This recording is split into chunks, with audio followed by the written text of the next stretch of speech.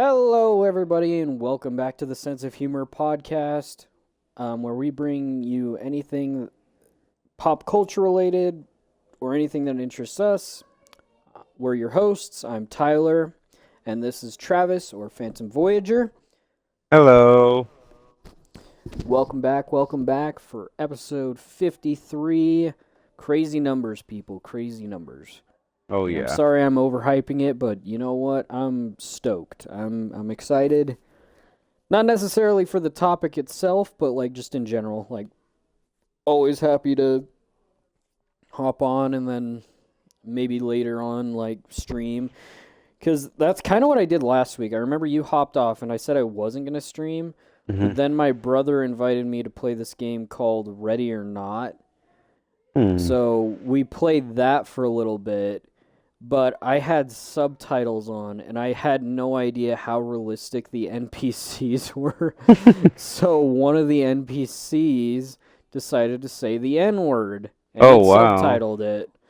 So I had to delete the VOD so I Oh didn't my get in trouble. goodness. So, you know, that was good footage though. I was laughing the entire time cuz like it's a serious game. Yeah, But I just messed around the whole time and I had a blast. I think if you still have Game Pass, you should so consider downloading it because it is I do so have game. fun. I do have Game Pass, so I'll have to look into it. Yeah, no, it's basically. Did you ever play Payday? Yeah. So it's basically the opposite of that, where instead of committing the crimes, you're stopping the crimes. We go in as a SWAT team and it's super Um. realistic and everything. So that Okay. was super cool. But yeah, again, it was. uh, we uh, we unfortunately had, or I unfortunately had to delete the VOD. So, but anyway, aside from that, again, I'll kind of do my little segment. For those of you who play Destiny 2, this whole week has been Iron Banner. They finally brought it back. Cool new armor set. Love it. Really cool. And Mm-hmm. then it's gonna end in a couple of days, unfortunately. But No. I know, like, see, I love Iron Banner. I just hate that it's only once a month and it only is for a week. Like, I mean, that is arguably a lot of time throughout the year, and it's more time than most of their events, I would say. Yeah. But yeah, no, like I wish it was around for longer. I mean, like this whole season, like the season pass and everything is supposed to be Iron Banner themed or somewhat. So it was kind of unfortunate that they didn't kind of include that. But um, anyway, how you doing? Any small talk you'd like to discuss or anything? Yeah. Sure. I got some. Sweet. Um. Well, I'll start with one. My boss. So I went into his office today because like we usually go in where they'll have like our greens and we had to do sign-offs. And so I went into his office to get a sign-off sheet and do sign-offs and he goes, "Hey, just have a seat real quick. I need to talk to you." And I go, "Oh no, okay." And I sit down in the chair across from his desk while he's finishing up a phone call. He gets off the phone and he goes, "Do you enjoy doing alignments here?" I go, yeah, kinda. I mean, they're difficult, but I don't mind the challenge. And I go, why? What's up? And he goes, well, just wondering if you'd want to, only do alignments here and you'd get a pay increase for it. And I go, so a Oh wow. promotion? I'm like, so a promotion? And he goes, yeah. I go, Dang. yeah. Let me get back to you on this. So I went outside in the shop and walked out back behind the building, and I got like all giddy and excited. And I walked back inside, and I go, yeah, I'll, I'll take it. Just totally like fist pumping the air and everything. Yes, Like, quite literally what I was doing. Yeah. no, that's awesome, man. Yeah. I'm happy for you. That's really exciting, especially since like you want to get further into that line of work and you want to not necessarily make a name for yourself, but you want to go up in that industry, which I'm glad that you finally are cuz you've told me you've been doing it for years, like, uh detailing cars and then now working on them and doing alignments and stuff. So that's got to be really exciting news, and I'm happy for you, Yeah. man. You deserve it. It So, is really cool. And then one of my coworkers there at work, I asked him, I go, "Hey, are you excited for October 10th?" And he goes, "What's October 10th?" And I go, "Bro, you can't forget what October 10th is. It's Tron Ares."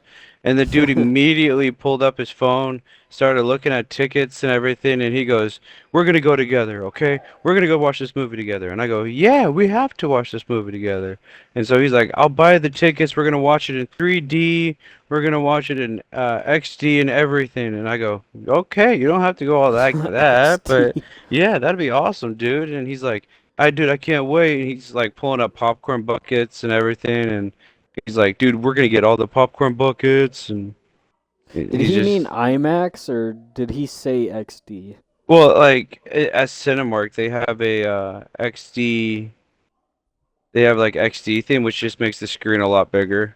But Oh, okay. Yeah. yeah, See, I wish, or actually, I think we do have a Cinemark. I don't think it's close by. so yeah, he wants to get the XD and in 3D. It's $20 a ticket, and he's like, "I'll pay for it," and I go like, "You can pay for it, but I'm gonna give you 20 bucks back." Yeah, that's pretty cool, dude. Yeah, me, my. So I think I've kind of said this on the podcast, but when me and my brother Gabe were like 11 and 8, 11 and 9, something like that, Yeah. we me, him, and my dad saw that movie like 5 times in theaters because we just loved that movie. The visuals, the music, the story, like just all so cool. And yeah, like you were saying, like just it keeps getting like I keep getting recommended stuff for it. Like I keep getting like behind the scenes stuff. Recommendations are not like necessarily that, but like they're like some of the actors and stuff doing interviews and whatnot and like their excitement, and it just makes me more excited. And again, I get it. A lot of people are bashing on it because of Jared Leto. I know there's things that are potentially going on. I'm not going to say what and or confirm or deny because I have no idea. But like, yeah, no, like I'm stoked. I hope the Oh yeah. movie's awesome. And then the actor that plays Sam, he's going around like, and people are like, "Oh, dude, what if he's coming back? Like Sam's coming back." And I'm like, "Yes, please." Like, Yeah, can we honestly. get Sam back? Can we get Cora back? Like, I want to see them back. I want to see Tron come back because, he redeemed himself at the end. Like, he became good again at the end of Legacy. So, I think but what I think is gonna happen is that like Ares is gonna be like an anti-hero. Like he's gonna start bad and then he's gonna go good. That's what I really believe is gonna happen. that's kind of what they're making it out to be. Like, he's going to go rogue and then, like, go against the people that brought him to life to be a super soldier, basically. Mm. So that would be pretty cool. And honestly, I wouldn't be opposed to it at all. Like I want to see them do something like that because I mean, even the director was like, I want to do something we haven't seen in Tron, and that's bringing the grid to the real life. And I'm like, originally, I didn't like that idea. I will admit, like, I was like, nah, we'll just keep it in the grid. But Yeah. now I'm all for it because, like, they're literally mixing both worlds together. And I mean, we literally see one of the human characters like pull a Sam Flynn, and she's now a pro or not a program, but like she goes into the grid and she has like the program suit and everything. So that makes me think we'll get a good portion of both real world and the grid, which is what I want. Yeah, I'm really excited for the whole thing. I really don't have like any idea what's gonna happen, but I know it's gonna be really cool. Because I like this scene in the trailer where they like cut the cop car in half with the beams, and then they have another one where it's like the beams are like there's like jets, and the jets can also have beams come out of them, and the beams cut like a F1 jet. swings off, and I thought it was really cool.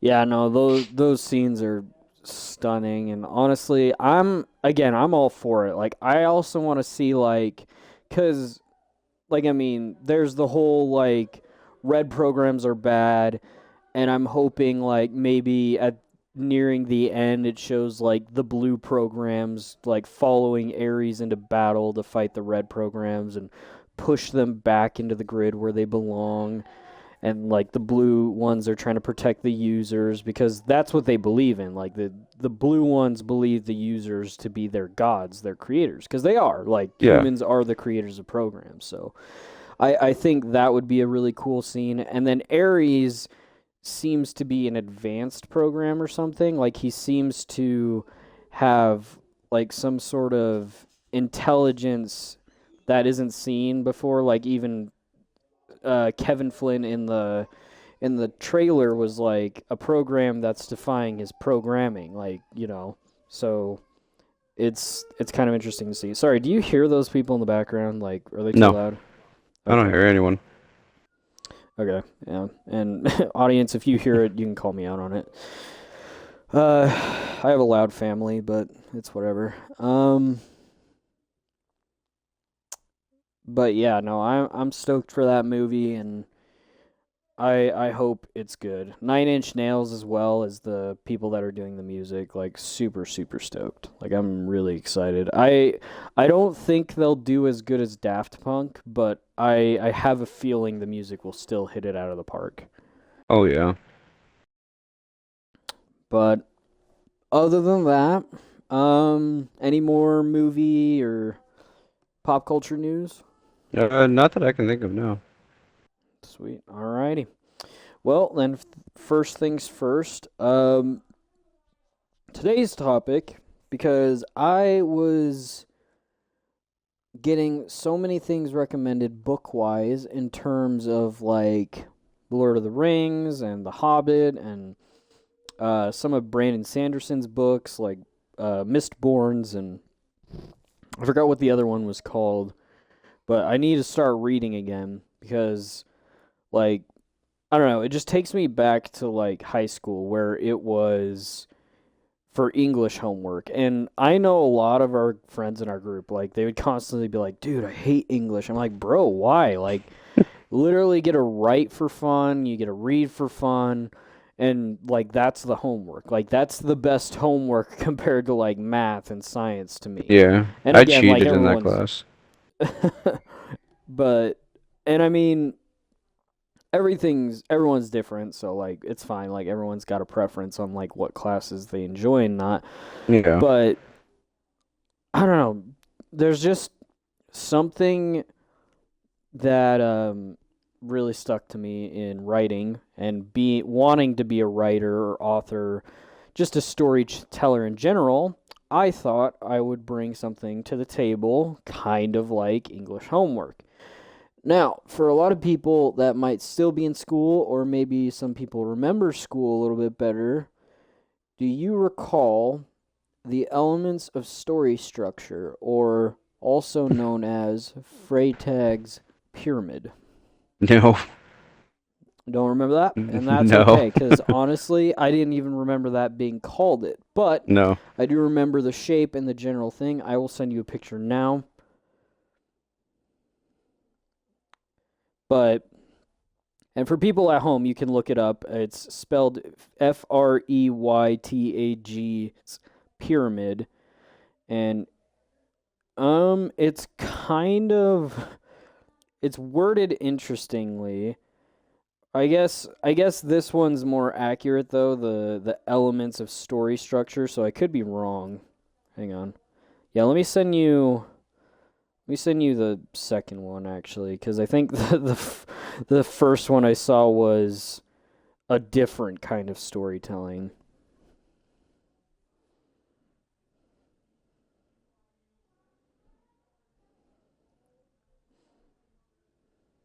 It looks different. I remember seeing something in the shape of like an actual pyramid, Yeah, no, and this they is had just like a like a book or something. Huh, okay. yeah, this is just a, Oh, like you the know, climax and the action race. Okay, yeah, yeah, I get that. yeah. So Yeah. I'm gonna kind of explain it, like um, essentially like from start to finish. So for the people that don't know what we're talking about, the elements of story structure, the Freytag's pyramid includes 5 key stages on how to tell a story: exposition, rising action, climax, falling action, and finally resolution. So we'll kind of go over those things, and then after that, I will kind of give an example, and then the last part of the podcast, I kind of want to have a little bit fun with it. But first things first, the 5 stages of the story structure. So first, exposition, or the introduction. So the beginning of the story, where the audience is introduced to the main characters, their setting, and the initial situation. So basically, like, yeah, the main character, what their, I guess, story is, and then what leads them into the story to be told, basically.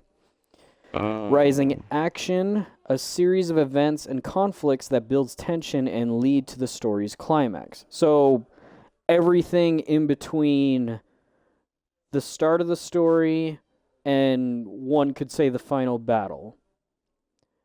And then third, climax. So I think, me included, people confuse climax with resolution, because climax, is finish, or Yeah. a type of finish. So climax, the point of highest tension and the story's turning point, where the protagonist directly confronts the main conflict. So basically, good guy faces bad guy. And, I would consider that the ending, but they make a good point here. Falling action, the events that occur after a climax, where the consequences unfold, tension decreases, and the loose ends begin to be tied. So slowly, like, maybe the bad guy's beaten, and then it shows everything that happens because the bad guy was beaten. Mm. And finally, resolution, the conclusion of the story, where the conflict is fully resolved and the outcome for the characters and world is revealed. So everything that was supposed to be shown is shown, and whether or not it leads into a second one, So, and then at that point, you could, make an argument like the first Lord of the Rings is part of the rising action rather than the actual climax or resolution. And then the third one is the climax and resolution. So something like that. Okay. So now for an example, because I was actually curious if someone wrote out the ideas behind like how like main franchises and stuff do it. Like Marvel Cinematic and stuff like that is what you're. Yes, I Okay. will be doing different franchises, but Marvel is included. Okay, I didn't mean to jump ahead. I'm Um, sorry. I was just curious. no, you're good. Like, in fact, Marvel isn't a part of any of these examples, but I'm sure Marvel has fallen. Like, I could probably look it up right now and see if any of them follow under Freytag's pyramid. But anyway, so first things first, Harry Potter. So the exposition, Harry's miserable life with the Dursleys, introduced the main character and his desire to belong. Yeah. And I mean, we kind of see that. Like, the Dursleys are bullying him, like, just because they know And he's straight different and abuse. because he's unwanted. Yeah. Inciting incident, Harry receives his invitation to Hogwarts, which launches the main conflict. Rising action. Oh, so this one has 6, interestingly enough. I guess it has something in between exposition and rising action, which I'm fine with, because maybe that just builds the story even further. But anyway, so Harry receives his invitation to Hogwarts, which launches the main conflict. Rising action. Harry learns about the wizarding world, attends classes, and faces escalating challenges, including a troll attack and the theft at Gringotts. Climax. Harry faces Professor Quirrell and Voldemort in the final chapter. Final chamber? Okay, whatever. But yeah, so you get what I mean. Like, climax sounds like the end, because, like, I mean, that's not where the movie ends, obviously, but, like, that is the end of the conflict, I guess. Like the end But of the falling, fight, the end of the battle. yeah. Yeah. Following Okay. action, Harry recovers in the hospital wing and Dumbledore explains the events. And then resolution, Gryffindor wins the House Cup, and Harry heads back to the Dursleys, having been forever changed by his experiences. So yeah, so like that's just an example from Harry Potter. And I mean, I'm starting to understand because like I think normally if I wrote a book, it I probably would have written it not wrong or written it wrong, but I would have written it in a way where it doesn't have the full structure. Because, like, obviously, there's world building, which is where the rising action is. Exposition's like just introducing the main character. But, yeah, so it's like, it's a series of events that lead to the final battle. And I feel like I would skip falling action almost and go straight into resolution. So like I think this is important for specifically writers and storytellers, but it's also I think it's just fun for like people that don't write stories to just kind of analyze it in that way. You can kind of like look at stories from a new angle and in an interesting angle and is what I think at least. Okay. Um so, but what do you think? Like, would you think, like, if you wrote a story, would you kind of follow this formula? Like, Honestly, yeah, probably considering I don't know much about writing anyway, so I'd look up like the best ways to like start on how to like properly write a story. And I'm sure like a tutorial will pop up or like that specific diagram or whatever will pop up for sure. So I would probably just use it based off of that.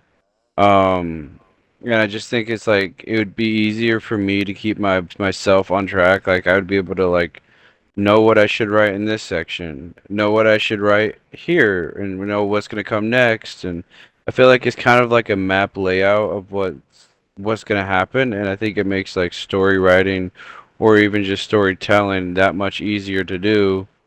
So yeah, I personally would write with that type of a dialogue or diagram to help me out with it. So yeah, no, and yeah. exactly. Like, I agree 100% because, like, not only do I think it's important for storytelling, but, like, it just, like, it being explained to me, or me, I guess, rereading it, revisiting that topic, um, helps me realize if I ever want to get back into writing, it shouldn't just be my words, it should be how I use those words. It should be how I tell the story. So it should be a mixture of world building and you know, like character development and all that. Like and I think that's another important thing for character development is like maybe following this formula can build the characters, can build the story, can build the world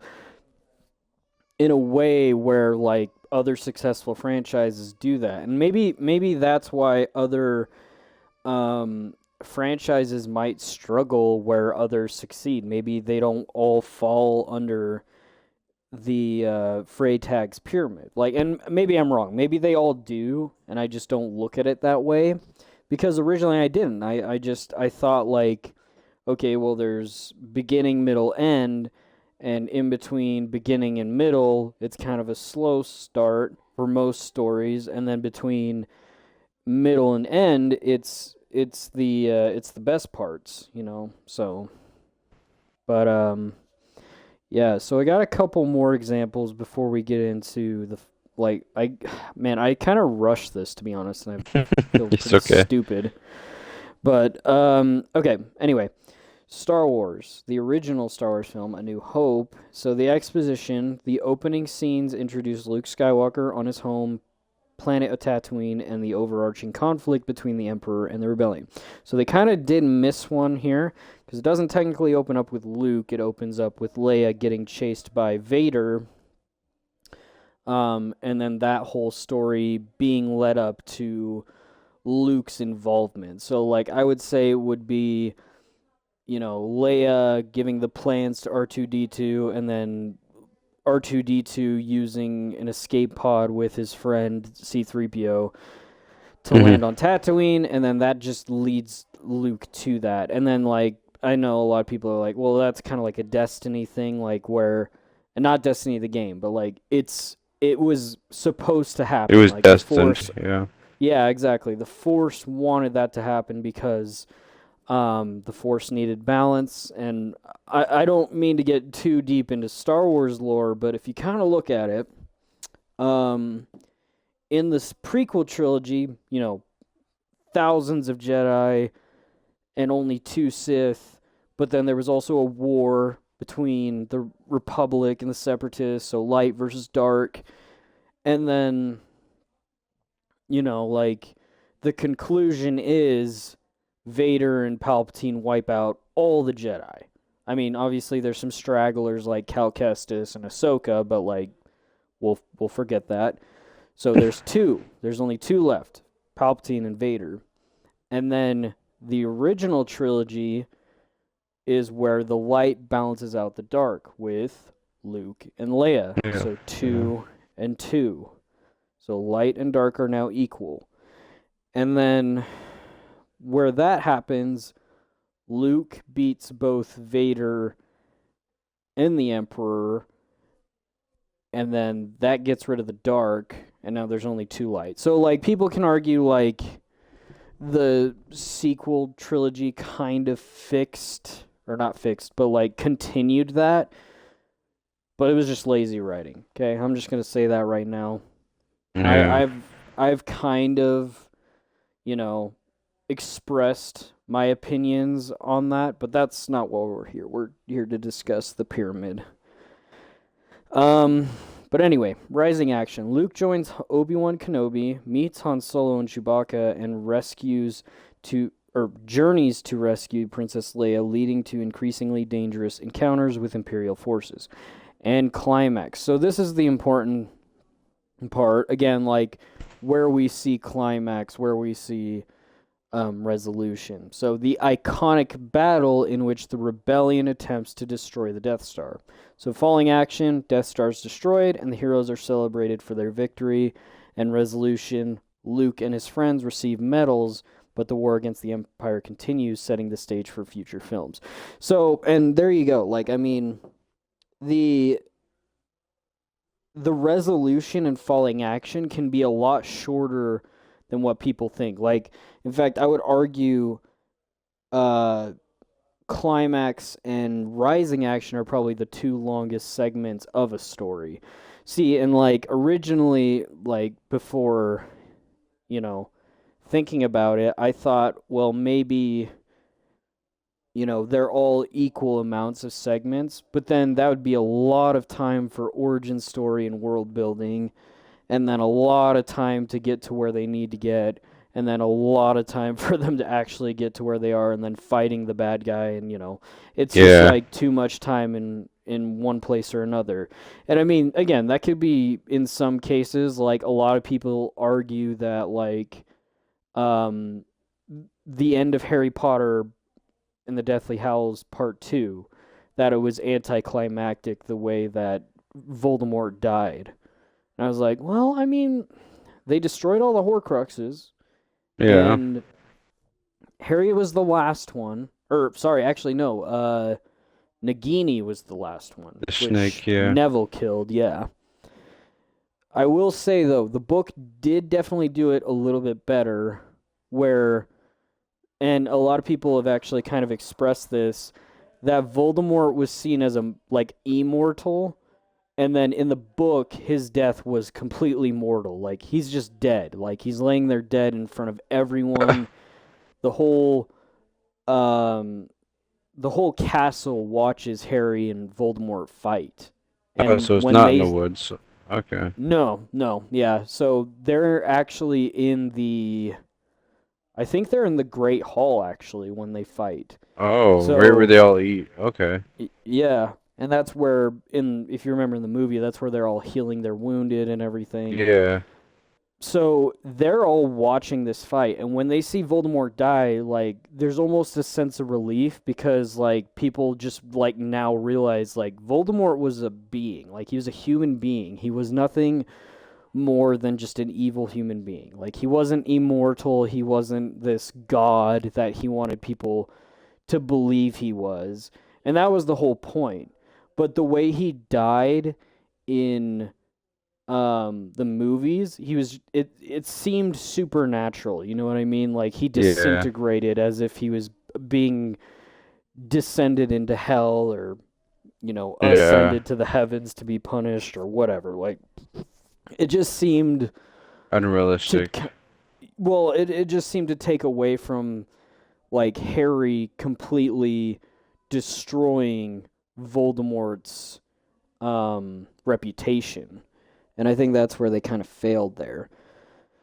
But to each their own. I like both endings. Like, I don't like, so in the books Harry gives a huge monologue, and I didn't like that. Like, I didn't like him explaining everything to Voldemort. Like, he basically tells Voldemort why he'll fail, and Voldemort still attacks him, and I'm like, I don't know. I think him dying not knowing why he lost is that makes his death that much sweeter, because he dies not knowing why he lost. And that's like a bigger punishment to him. Like, maybe obviously in the afterlife he finds out, but like, him losing without knowing, that just seems much sweeter than Harry like spelling it out for him and be like, "You're a loser. This is why you'll lose. You Hmm. suck." Like, I don't know. Like, that's not his exact words, but yeah, people will understand what I'm saying for those Yeah. who read the books and watched the movies. But anyway, the final one I'll kind of do is The Lord of the Rings, one of our favorites. Oh yeah. So, exposition. The story begins in the Shire, introducing the peaceful world of the hobbits, the history of the One Ring, and the dark threat of Sauron. Inciting incident. So, I guess inciting incident is an optional thing. So, like, something that, like, puts the main character in a position where they have to go on this journey. So, for Harry Potter, he finds out he's a wizard. For Frodo, he's given his uncle's ring. So, kind of like that. I guess in The Hobbit, Okay. it would be for Gandalf telling Bilbo they need him for a mission to bring back or to save the dwarves home. So, yeah, I guess you could think of it as that. So, I actually am starting to understand inciting incident a little bit more, even though it wasn't in the original pyramid, I think. But anyway, Frodo is entrusted with the One Ring by Gandalf and tasked with taking it out of the Shire. Rising action. So the Okay. Fellowship forms and embarks on the perilous journey, facing challenges like the Balrog in the mines of Moria, because Moira's an Overwatch character, Yes, it is. Moria, and the treachery of Saruman. Climax. The Fellowship breaks apart after Boromir's death, forcing Frodo and Sam to continue the journey to Mordor alone, which represents a major turning point. Falling action. So, following the climax, the narrative begins to unwind as the different storylines converge toward the finale. And resolution, the story finds its conclusion in the final books with the destruction of the ring. And yeah, so it kind of skips 2 and 3, obviously, but like, we get the point. Like, that's the resolution, and kind of the first point I actually made at the start of this podcast. Um, so that's kind of all the homework I got, or Okay. homework, all the um, Notes. yeah, all the notes, all the all the not instructions, all the Like, yeah. everything I looked up, all Yeah. my knowledge I looked up. But anyway, so before we get into the final thing, I think we'll talk a little bit more. But like, I don't know, like, I'm I think as a wannabe author, like, and I think that's the most important thing is when you study something or when you want to work on something, I think it's best to understand all aspects, cuz like, you can go in like not knowing anything, and then that just kind of goes to show, like, do you actually have what it takes to accomplish certain goals and everything. So, like, being a musician, like, you can't just go up on stage and play an instrument. Like, and even like looking up a video on how to play a specific song, you'll only know how to play that song. Like maybe you'll learn a few things on the way and be self-taught, but at the end of the day, it's about learning music theory. It's about how to read music. It's about how to play the music with different notes. Like it all falls under all different skills. For me, it's like for art, it's especially for designing characters, it's line, shape, and form, but also anatomy and color theory and shading and stuff. So, and Yeah. then for you, it's like for mechanics and for like working on cars, like it's all the Legos. skills. Yeah. So, well, yeah, Legos. They're basically Legos. Yeah. No. So it's that like I guess is how you forge a skill is the best way I can put it. Like is learning how or learning the material so you yourself can create material.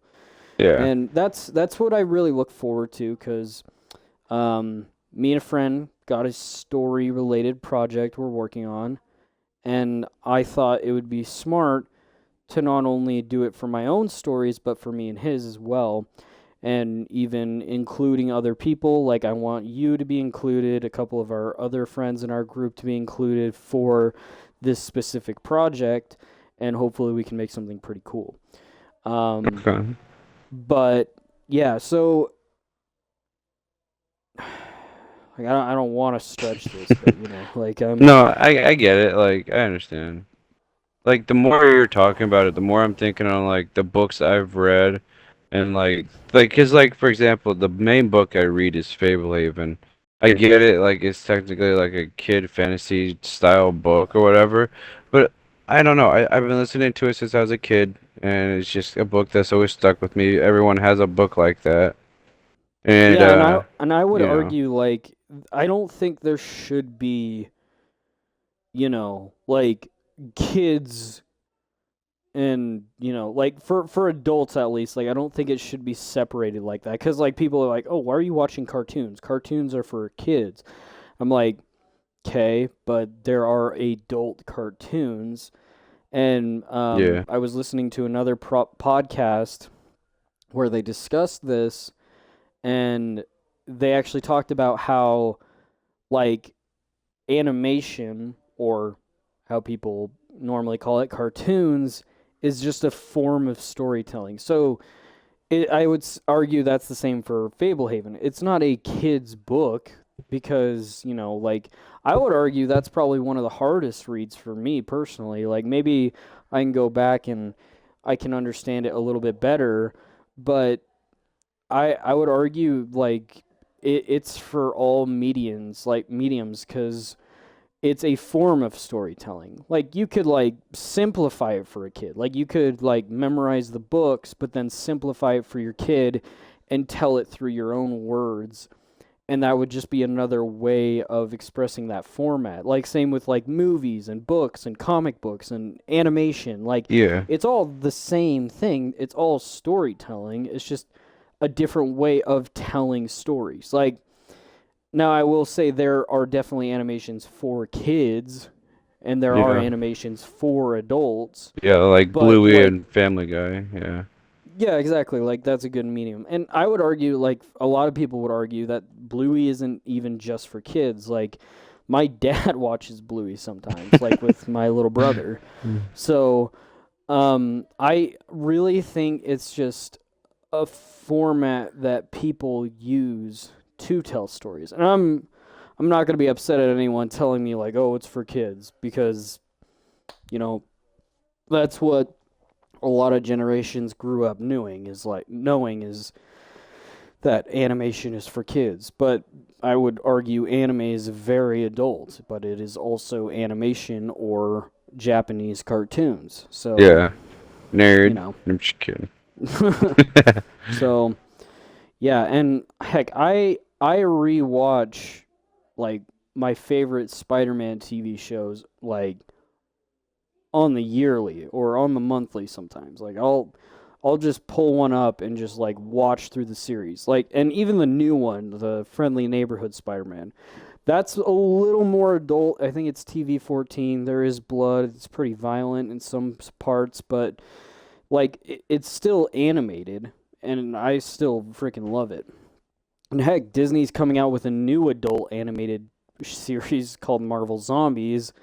That is I heard very about that. bloody and gory. Yeah. So, like, I don't know. I don't really agree with like when people say like, oh, it's animation is for strictly for kids. But yeah. Anyway, we're kind of stemming off topic, but I think that kind of helped my case. So to kind of end it off, I was wondering if me and you could potentially, like, it doesn't have to be like super serious or anything, but come up with our own story, like Oh, simplified, obviously, summarized, yeah. but like using the formula we were given, maybe we could come up with something. I think we So, could, considering the fact that we both like to talk a lot, which isn't a bad thing. But like, since we both talk a lot and we both like always have these like elaborate ideas and crazy story methods, or just like crazy like what ifs about certain franchises or whatever, I'm sure enough we could probably come up with something crazy or interesting. yeah, and I mean, I think what we can do is we'll take turns, like one of us will come up with the character, one of us will come up with the world they live in, one of us will come up with like maybe their backstory, or like kind of like that. So we'll kind of Okay. like shift back and forth that way. So, um I'll have you go first. So, what is our character's name? Like like so it's like one individual character. It's not like a duo, right? So it's one I or mean, we could have two main characters if you want, and we'll need their names, approximate ages. It doesn't have to be like exact or anything, and then like maybe what species they are if you want to do something colorful like that, and then like yeah, so names, ages, species, stuff like okay. that. So Now, is it gonna be like a crazy, like a serious type like storyline, or is it gonna be just be like whatever, whatever, yeah, whatever, whatever? all Okay, goes, all goes. okay. Raphael and Castiel. Raphael and Castiel. Okay. Raphael is 35 and Castiel is 40. Okay, so older guys. Mm-hmm. They are from a different planet, not Earth. They are from a planet in space where they have. I don't want to get to that far in depth yet. They're just from a different planet in space. So they're Actually, aliens. yeah, no, let's go with that. You'll do the exposition. So kind of introduction. So like introduce us to the universe, to the world.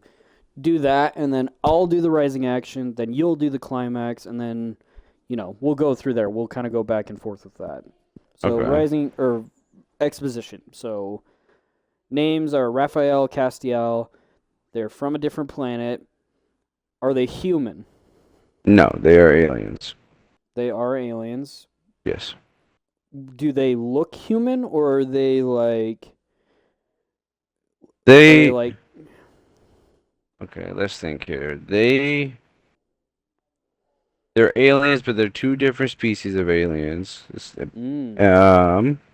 So like. One looks human, but the other one looks like has a human figure, but has like a noticeable difference that makes him not look human, like his skin tone. okay, so he's like blue. Yeah. All right, which one is which? Is Raphael the Uh, human or is Castiel the human? Castiel is the alien, like the blue tone, and then Raphael would be like human. Okay, so Raphael and Castiel, one's more human looking, the other blue. Blue humanoid. Yeah. Okay. And what planet do they come from? I have to come up with a planet name.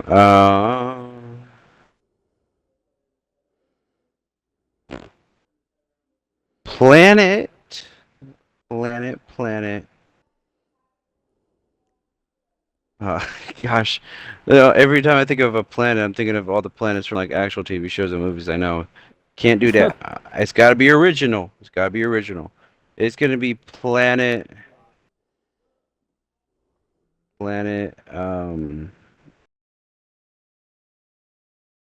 Dorthgon. Dorthgon. Okay. I don't So know. I can't think. no, I like it. So Okay. Raphael Castiel from Dorthgon. Yeah. Okay.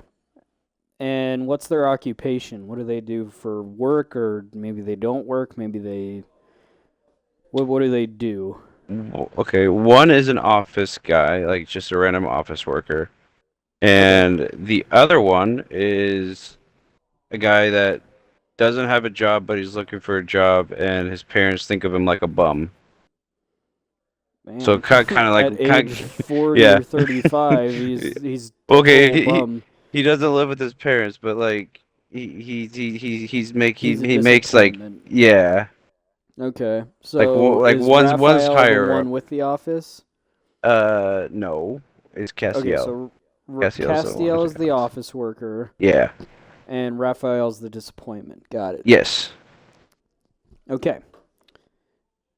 I think that's the exposition there. Yeah, I think that calls for, you know, him like Raphael already being in a situation where he's, you know, okay, so here's what I'll do. I'll add inciting incident, which was the sixth one in between explanation and rising action. So I'll get inciting incident, you'll get rising action. Okay, so inciting incident, an old man runs into Raphael holding an orb with a bag covered over it, and it entices Raphael. Raphael's like, "What is that?" Like, and he seems interested. So he follows the old man that's running, but then he notices two guys are chasing after him.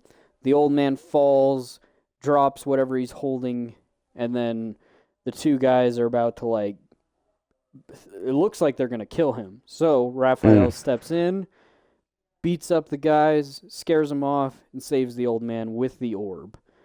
And the old man not only thanks him, but tells him to keep it a secret. But Raphael is enticed and asks him what the orb is. And the old man's like, if you know, you'll be, a dead man like I am. And he's like, well, I got nothing better going for me, so maybe I can help. Wanting to prove his parents wrong, wanting to put him in a place where he belongs. Like where it's kind of like Harry Potter. He's trying to Mhm. find belonging. Okay. So so finally the old man agrees Okay. and hires him on and basically says he needs to protect this orb at all costs and the bad guys cannot get it. So he enlists the help of shoot, what's the other guy's name again? There's Castiel and Raphael. Castion. Castion? Castiel. Castiel? Castiel. Castiel. Okay, so he Yeah. enlists the help of Castiel. And Castiel's, hesitant at first, but then, sees that his longtime friend Raphael really needs this, so he decides to help him. Okay. All right. Okay. Now what's the rising action? Rising action would be like a it's not the fight scene, that's the climax. It would be like what goes on from there, right? Yeah, so I'll kind of give you some reminders. So Yeah. Harry learns the wizarding world. So he's attending classes, he's facing escalating challenges like the troll in the bathroom and the theft at Gringotts. Oh, okay. So So it's it's like kind of like him learning things yeah, about so that it's thing. Okay. basically everything that happens before the final boss fight. Okay. Okay. So if I remember if I remember what you were saying, they collected an orb. Yeah. Okay. So they were the old man enlisted the help of Raphael, and despite like the old man saying to tell no one else, Yeah. he went and told his friend Kestiel, Okay. Okay. and they are together on this mission now. And the old man begrudgingly was like, "Okay, fine. The other one can come too." Kind of like Gandalf saying like Sam can come along and look after Frodo. It's Castiel looking after um, Raphael like an older brother.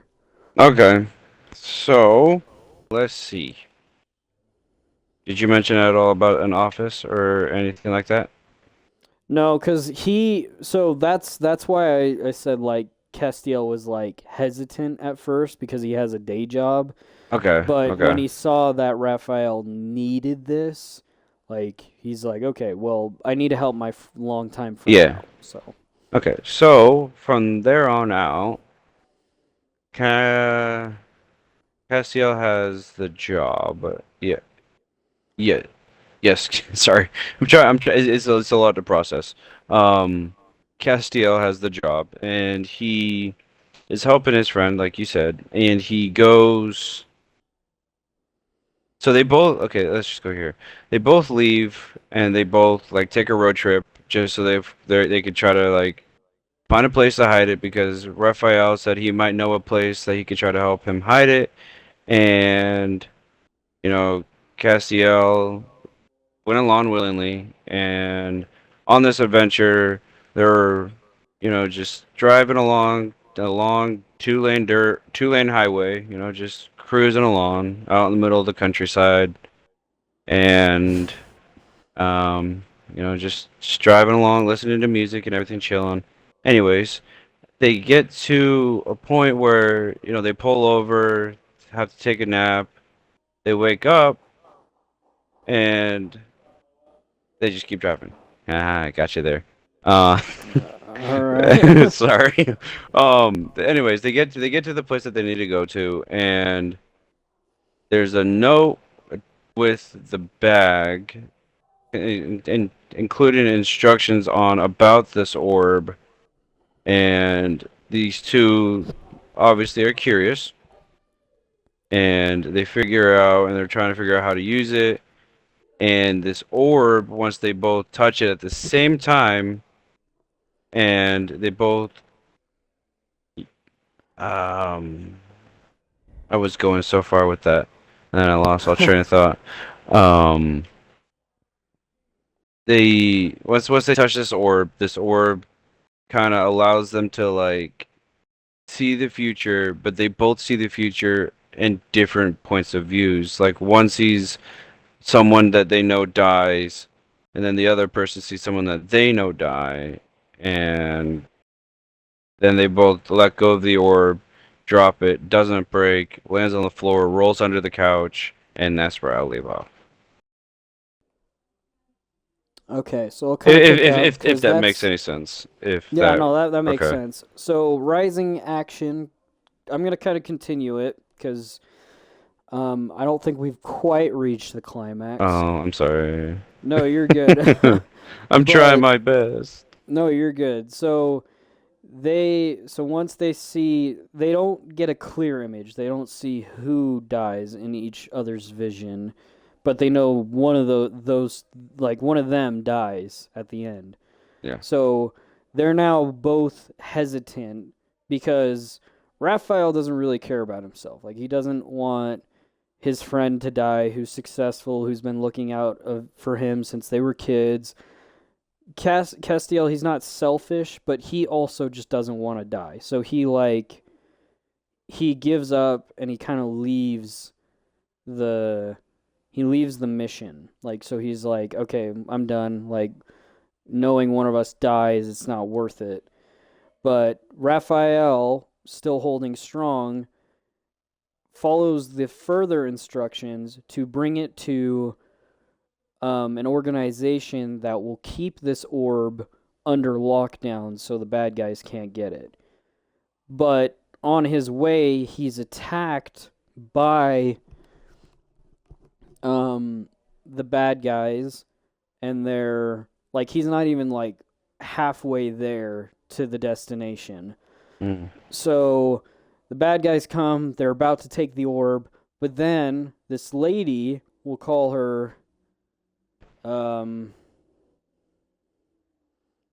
uh, oh man. It's so hard coming up with names. I we'll call her Agent Oakley. Agent Oakley, Okay. she saves him and then is like kind of very like you're not ready for this kind of mission and like you're like who entrusted this to you and why are you doing this? And he kind of goes over his life story, tells him that the old guy who ends up being her mentor, we never get his name by the way, but Oh, okay. so he's kind of nameless, but she knows who he's talking about. She was his apprentice, almost like a father figure to her. So she agrees to help him. So they're together on the mission, and then they go in. They're about to once again, get captured by the bad guys, but then, um, man, I keep forgetting his name. Which one? Castiel? Yeah, so Castiel comes in, saves both their butts, and he joins them again, realizing he was selfish at first. He's like, I'm sorry I left you. And he's like, no, you're good, man. They're about to get there, but then the bad guy, the main bad guy, like, basically puts Castiel in, like, the hospital. Raphael's furious, but still loses the fight. And the lady, like, again, like, she lasts the longest against the main bad guy, but ends up getting knocked out. And then the main bad guy, we'll just call him Nemesis. So Nemesis takes the orb, and he's going to, like, use it for a weapon that will basically make him feared by everybody. Can destroy planets, can even destroy suns. So he wants to destroy basically whole solar systems unless they fall under his command. Mm. Okay. So the good guys, well, actually, I guess we're moving on to climax. So Okay. I'll leave it up to you now. Okay. So the good guys are with what was her name? Oakley, Agent Okay, Oakley. okay, so the good guys are with Agent Oakley. Agent Oakley and them are they make their way over to a secret underground base full of old U.S. like U.S. Weaponry and it's like an old Wait, lab. so are we Wait, on Earth? where are we at? Are I, we in I don't know. space? You said we were in space. Okay, Literally, okay. one of them is a blue But alien. What do you listen, mean? listen. I said old U.S. military. I didn't say how they got it. So you're We're saying we're in, we're so on we're on that planet.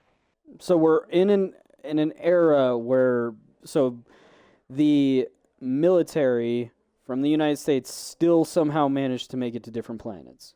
So we're in that Yes, time period. we're in that Okay, type of a time period. that makes more sense. That makes Okay. more sense because you said U.S. and I'm like, wait, aren't we on a different planet? Like the United States does not matter in this case.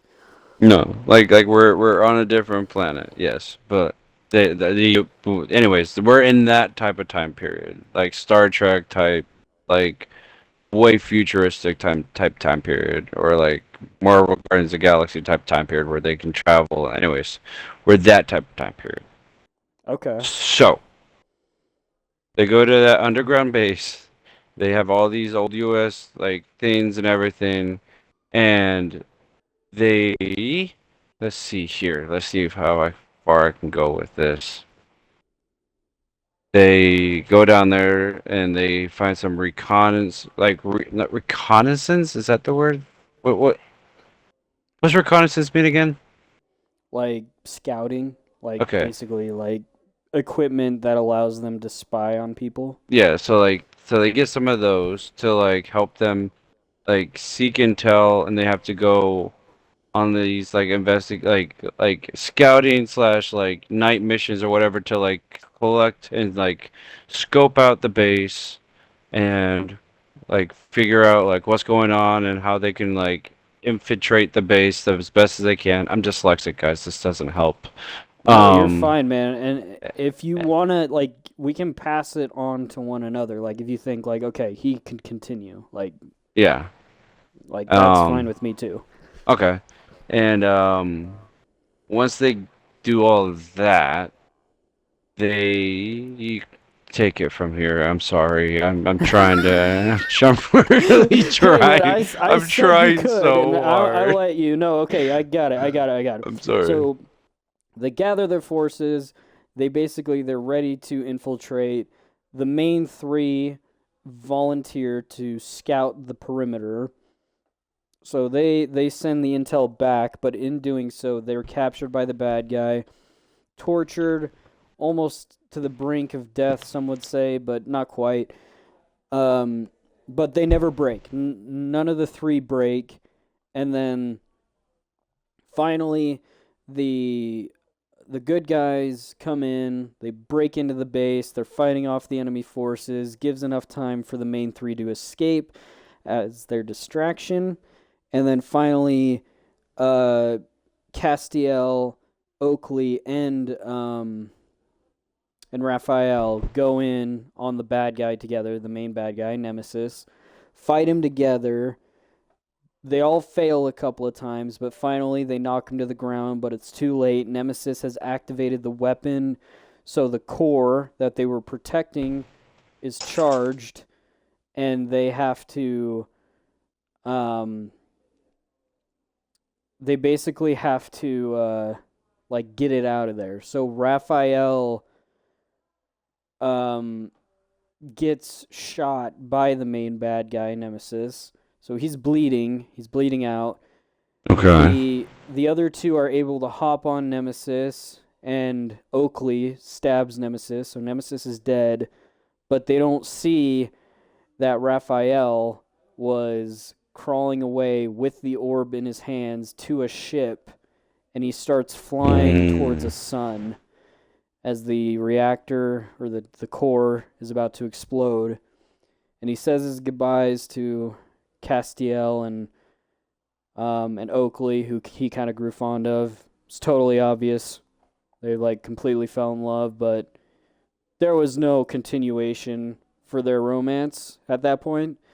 So he flies in the sun. The spark basically just gets destroyed. No problem. Um, Raphael goes down in history as a hero. Oh wait, I guess this is technically falling action, so go back to that. Oh, that's fine. Um.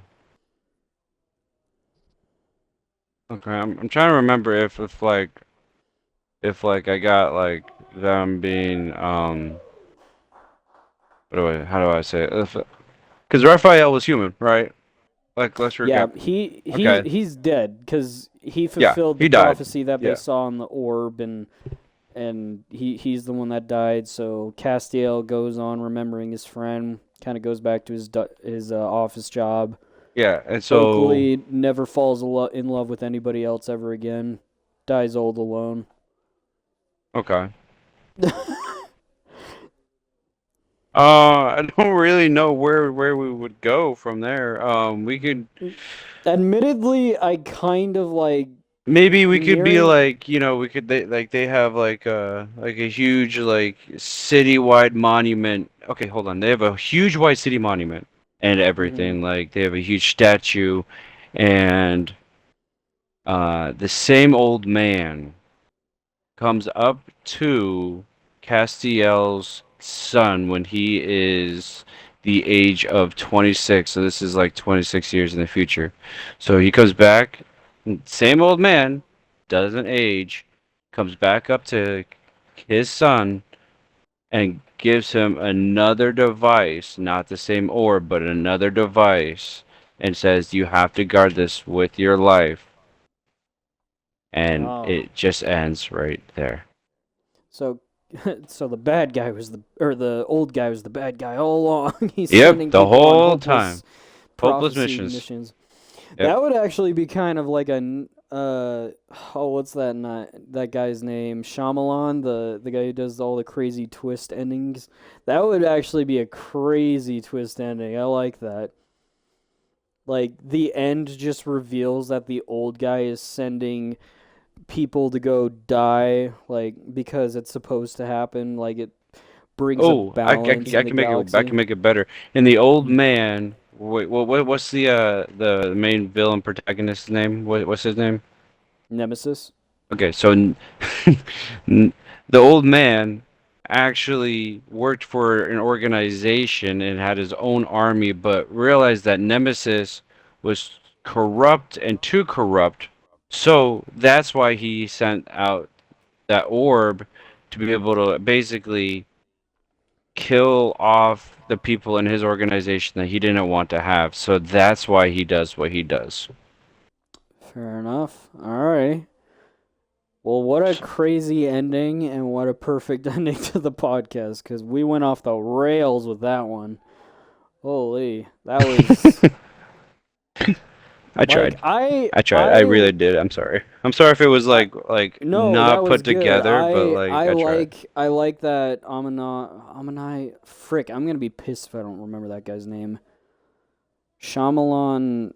Shamalama Ding Dong. I don't know.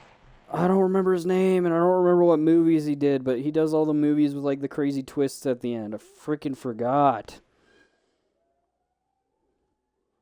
But yeah, no, that was really cool. I liked that. So hope you guys enjoyed that one because that was crazy cool. Like in Yeah. his little twist ending, Travis or Phantom Voyager's cool twist ending was actually a really nice touch. I didn't think about that. Like, and I think that just goes to show like you can have a crazy ending and it still be like really good and really interesting. Yeah, I Um, like to do like little plot twists and stuff like that at the ends of things. I like it yeah. when movies do that because then you know there's gonna be a second one. You know it's gonna be good. But Well, and what would be crazier if there wasn't a second one, but you know it's going to be the same result as the first one. yeah, But yeah, no. So yeah, thanks everybody for listening and or watching. I hope you guys enjoyed that one cuz again, that was really fun. I didn't think it would like again get that crazy in a good way. So thank you Travis, thank you Phantom Voyager for all your help. Um Thank oh, you're you, the so welcome. audience, for supporting us, all our subscribers, followers, etc. If you guys have not checked them out yet, please go check out Phantom Voyager on YouTube and Twitch. Mostly on Twitch right now, but if you guys want to go check out his YouTube channel, it is Griffin Shock. Go check out our other friends like the Red Ronin and the Noirag on Twitch as well. Noirag's also on YouTube. I myself am on YouTube, and if you guys have found me here on Twitch, I have all my links on my channel as well, so you can just click on those and follow the links and everything. I might actually start doing YouTube videos again because I got my old laptop to work and it should be able to function like that. Oh, yay! Um, so yeah, look out for possibly that. And yeah, thanks again, everybody, so much. It really does mean a lot to both of us. Like you guys just supporting us and everything we want to do and like to do. So yeah, without further ado, see you guys in the next one. Peace. Bye, bye.